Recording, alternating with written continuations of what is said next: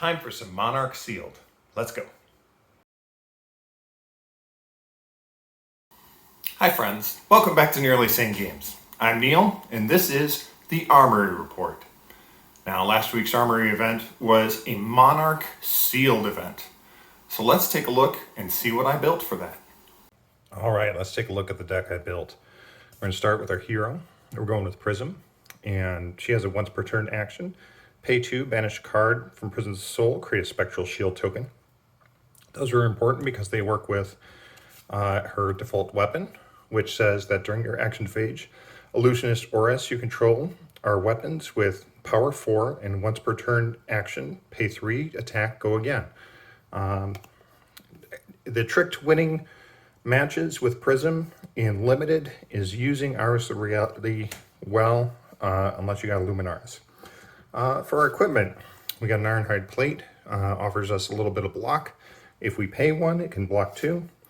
Dreamweavers, very important here. This will give one of our illusionist attacks, one of our phantasm attacks, remove phantasm for it. And that's very important for what we're trying to do. Let's take a look at our big hitters. We start off with a couple of Herald of Protection reds, 7 power. If it hits, goes into her soul and create a spectral shield token. Very, very good. We got a Herald of Ravages, which will do an arcane damage.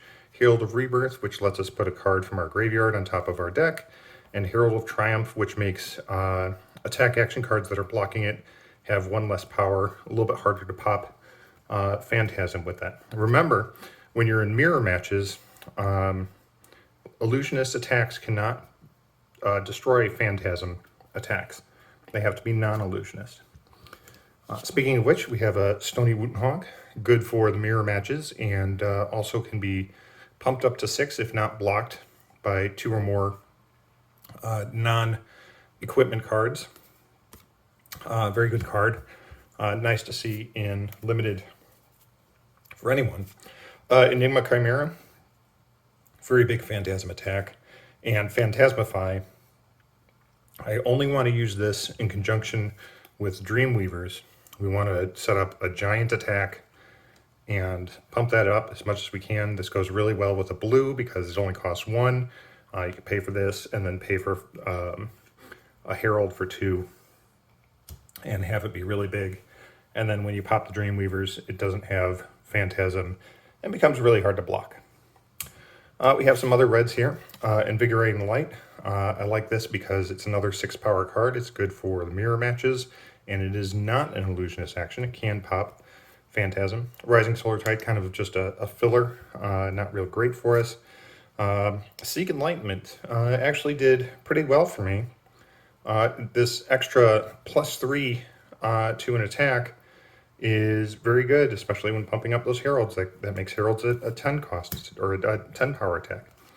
Adrenaline Rush, nice card if we're behind. This can be a 7 power, and this is, if we have less life, it becomes 7 power.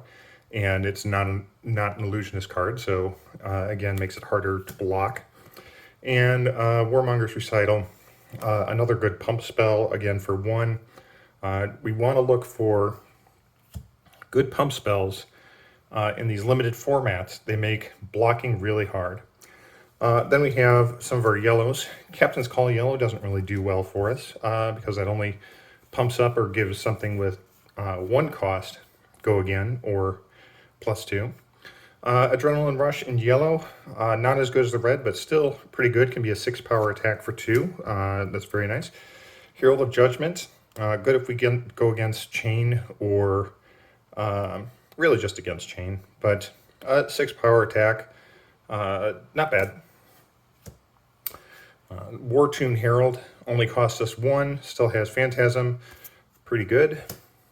And then a couple of Herald of Tenacities. This has Dominate, which is an excellent resource to have on that. Then we go to our blues. We have an Enigma Chimera and Spears of Surreality. This is decent for if we have a 4-card hand or a 3-card hand with a blue. We can throw this at them and then potentially throw a Herald at them as well. and that makes a nice combo because this automatically has Go Again. It still has Phantasm, but if I have my choice, this is not the Phantasm I'm going to pop. It's going to be the big one. So this can be extra cards from their hand or potentially pulling more cards out of their hand. Blinding Beam, nice tech in case somebody decides to try to pop one of our Phantasms. We could potentially make it smaller so it doesn't. This also is a decent defense card. We have to pay one for it, but it'll make an attack cost 2 less. It's good for those cards that are 4 and 5 attack that go over the threshold that we really don't want them to hit. And then I have a Parable of Humanity here, or Humility.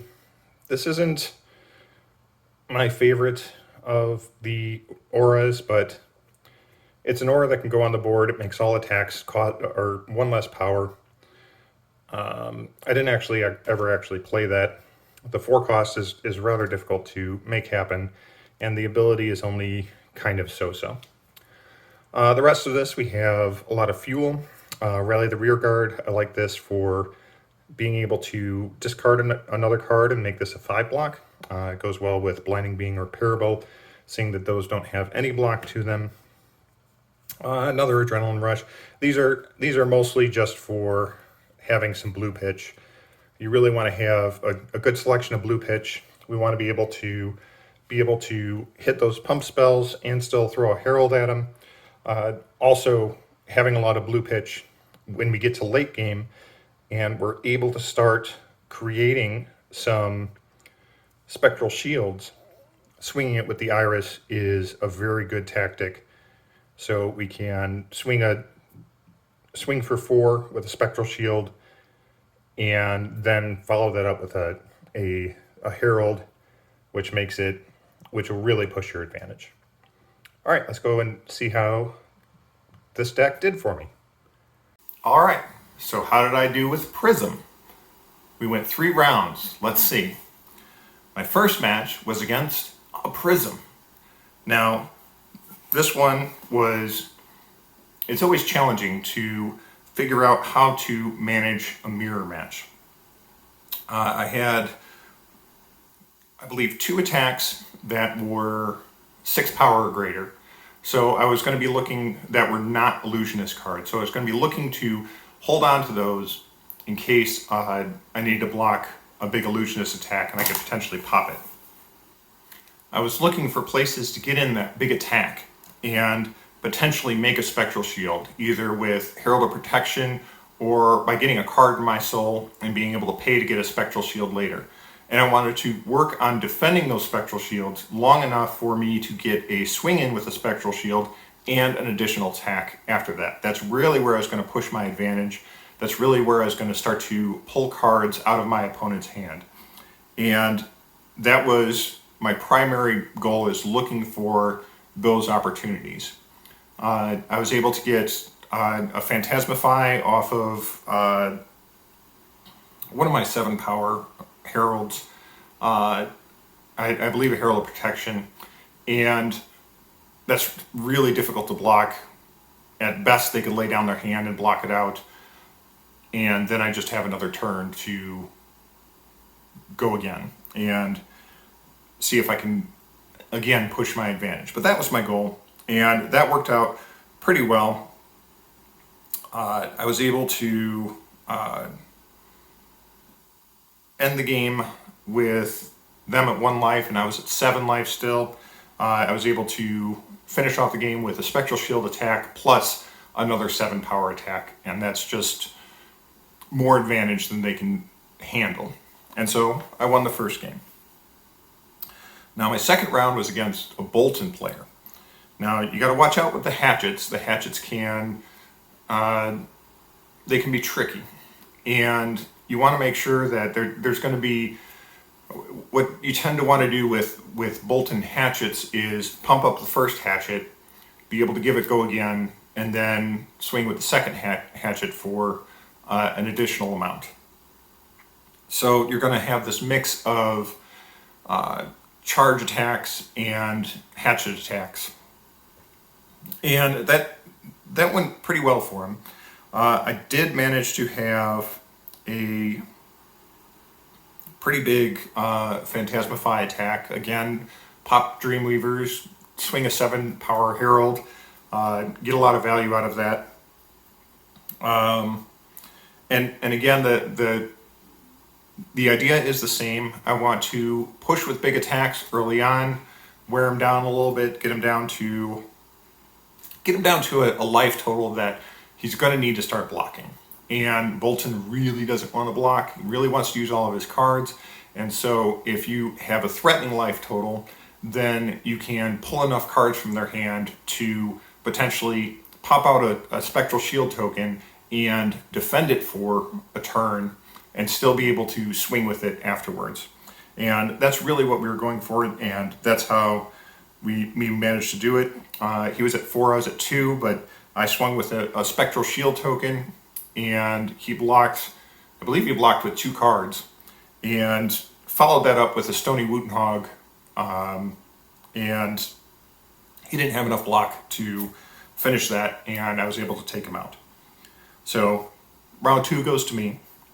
My third round was against another Prism, and there were a lot of difficult decisions that I needed to make here.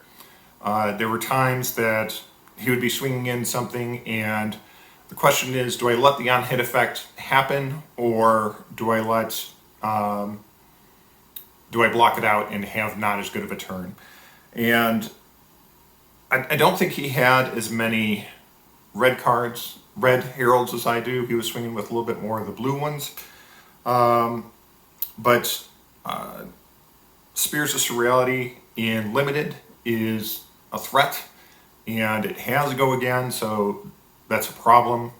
And I believe at one point I had a 6 block in my hand, and I decided not to block the Spears with that. Interestingly enough, I blocked the Spears and he didn't have a follow-up for that. So that still ended up okay in my favor. He did have a Merciful Retribution. He was building up. He managed to get 2 Spectral Shields on the board, and I was working real hard on making sure to get rid of those. He followed up with a surprise Merciful Retribution, which means that I popped those two Spectral Shields, but I also took 2 damage for that. And that Merciful Retribution was an issue for the rest of the game. I knew that if I attacked it, I'd take a point of damage, which wasn't the problem. It was more of the problem of what do I use to attack with it. Once you attack an aura, it goes away immediately, but your attack also loses Go Again. You don't get any on-hit effects. So I managed to just kind of be stuck with these big attacks.